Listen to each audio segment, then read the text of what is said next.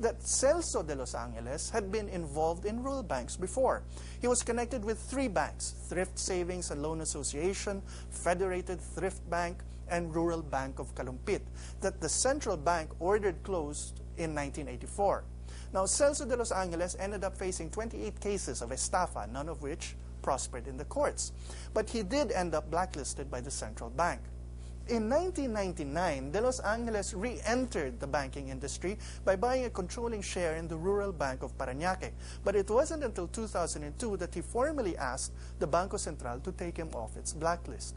To facilitate his legacy groups getting a Banco Central okay to operate banks, he cleverly engineered removing his name from appearing on the boards of directors of any of the banks belonging to the legacy group. And finally, part 4, titled The Legacy: Broken Hearts, Lives, Dreams, which cataloged the human cost of the bank failures. Now, if Legacy Bank were simply a straightforward Ponzi scheme, you'd have the typical story of the rise and fall of yet another investment scheme that suckered big shots and small fry and left most of the latecomers ruined. But what makes the Legacy scheme even more interesting and perhaps shocking is that it involved a key concept for tonight: moral hazard. And would you like to read the definition of this? Sure, Manolo. Moral hazard, a noun from the field of economics: lack of incentive to guard against risk, where one is protected from its consequences, for example, by insurance. Now, every investment represents risk. And in our episodes on the stock market and the subprime crisis, among others, we looked at how people try to factor in risk when making investments. Except that you can't eliminate risk altogether. Or can you?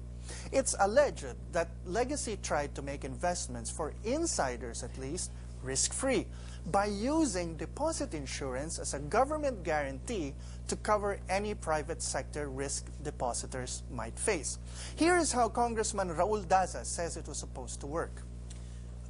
I myself was offered by one of these banks high interest rates and a brand new Toyota Camry, provided that I deposited a huge amount and split it into several accounts of not more than 250,000 pesos each, so I would be covered by the deposit insurance law. I found the offer too good to be true. So when we return, why untangling the Legacy mess took too long? A story that, it seems, is primarily all in the family, literally and politically.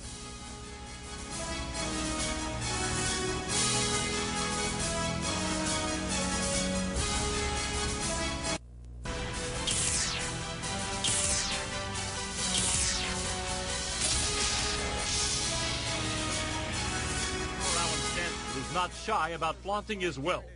In November, he paid $20 million to stage a cricket championship on the Caribbean island of Antigua. This is yours.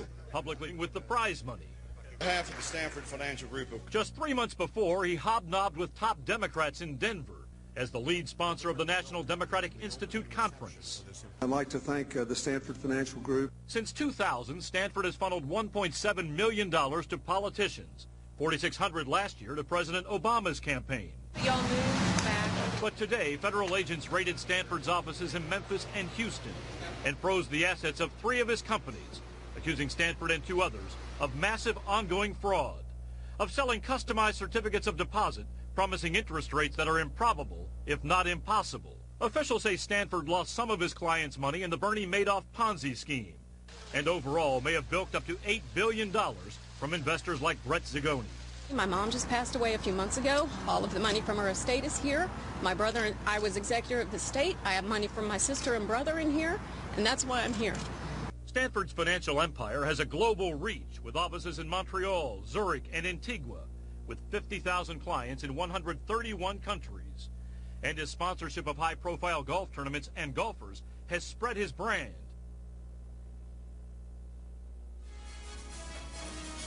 That was a CBS News clip on the spectacular story of a flamboyant Texas billionaire who fled the USA after his banks collapsed, causing bank runs in Mexico and the Caribbean, and an investigation into how he might have profited on the bank failures to the tune of $8 billion. Now, as you can see, it's an altogether too familiar story. A flamboyant millionaire who's cozy with powerful officials and who manages to make billions but leaves others to clean up the financial mess he leaves behind.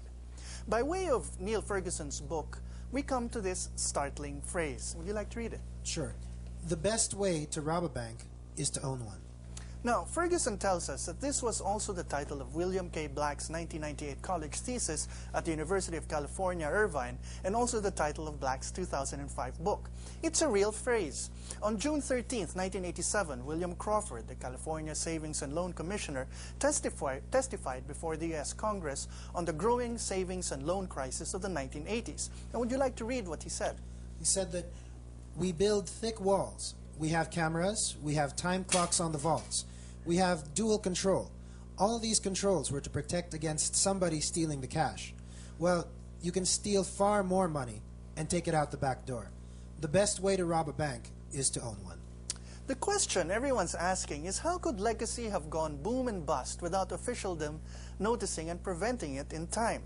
And this introduces us into the second half of this show, which asks you to ask yourself, why is it that our institutions seem to have such a hard time getting to the bottom of cases of fraud? Now, a clue is provided by Apolinario Mabini. Faced by a proposal by members of the Malolos Congress to float a loan for the Republic, Mabini opposed it on the principle that members of Congress proposing a loan, and a loan only they, as the richest sector in Philippine society, were prepared to subscribe to, were essentially creating government debt to enrich themselves by means of the interest they'd earn on bonds on that debt. Now, let's give the industry and the institutions involved in the legacy problem a human face. Now, these are all high-value face cards in the economic deck of our country, and you will have to decide which ones are the jokers. Now, I'm going to hand these over to Kenneth, and he's going to stick them on our high-tech board over here to show you the relationships. Now, one of our face cards is Tetanco, the governor of the central bank, who of course has responsibility over these things. When the PDIC told him it needed a loan, the loan required was so big, he, the governor of the central bank, referred the matter to the monetary board. And here you have the PDIC. Now, it needs money to prevent its going bankrupt in order to pay the deposit insurance on the legacy bank deposits. And the face card that we attach to the PDIC is the one who heads it, a certain fellow named Jose Nograles. Then you have the monetary board. Remember, the monetary board is what approves a loan that the PDIC needs, as informed it by the PSP. Among the members of the monetary board is a lady named Nelly Favis Villafuerte. Now, more on her later. Then, of course, you have the House of Representatives, which, of course, makes all the noise that clogs the headlines and mounts investigations, ostensibly for in aid of legislation. Now, its leader is Speaker Prospero Nograles. So we have a card here. Now, he happens to be the brother of Jose Nograles, head of the PDIC.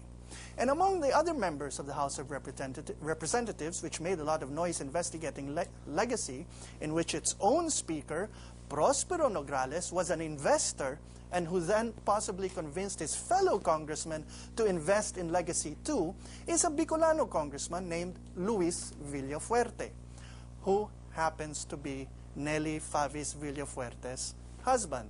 And Nelly Favis Villafuerte, as we saw, sits on the monetary board, which has to decide whether Jose Nograles is going to get the loan to pay legacy in which Prospero Nograles was invested. And so if one of those who decides if it should loan the PDIC is Nelly Favis Villafuerte, who happens to be married to Luis Villafuerte, who wants the job of Jose Nograles. So you can see the complications in the decisions that have to be made in the money to pay the depositors. Now, as one congressman testified, they had been advised to limit their deposits to chunks of not more than 250,000 pesos, because that was the amount covered by the PDIC insurance in case the banks went bust.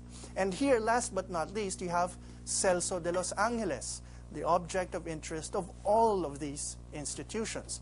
Now, he happens to be a contributor to the Vice President's campaign.